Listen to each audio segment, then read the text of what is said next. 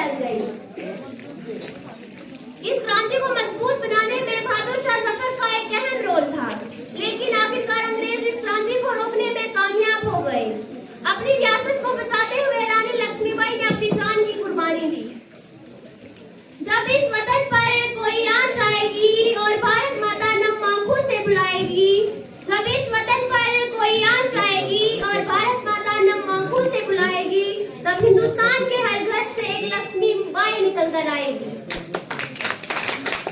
अंग्रेज नहीं रुके और साल 1919 में जलियांवाला बाग अमृतसर में हजारों भारतीयों, जिनमें बच्चे, बूढ़े, जवान, औरतें सभी शामिल थी, को गोलियों से छली कर दिया।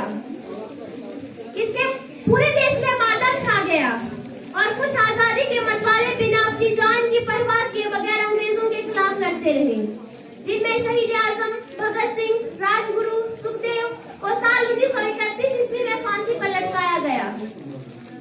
इसके बावजूद भी भारतीयों ने देश को आजाद कराने के लिए अपनी कोशिशें जारी रखी। नेताजी सुभाष चंद्र बोस ने साल 1942 ईस्वी में भारतीय सेना का गठन किया और अंग्रेजों को भागने पर मजबूर कर दिया। इसी दौरान नेताजी सुभाष चंद्र बोस एक विमान दुर्घटना में शहीद हो गए।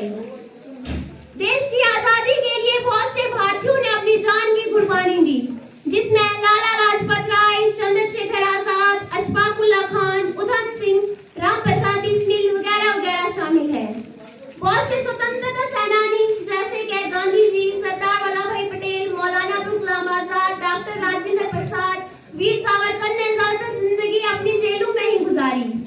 जहां आज हम देश के 78वें स्वतंत्रता दिवस का जश्न मना रहे हैं, वहीं हमारी आंखों में उन शहीदों के प्रति आंसू भी है, जिनकी कुर्बानियों की बदौलत आज हम आजाद भारत में जी रहे हैं।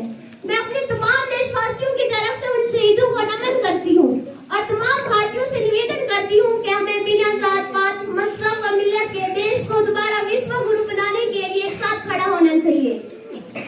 नफरत बुरी चीज है, न पालो इसे। नफरत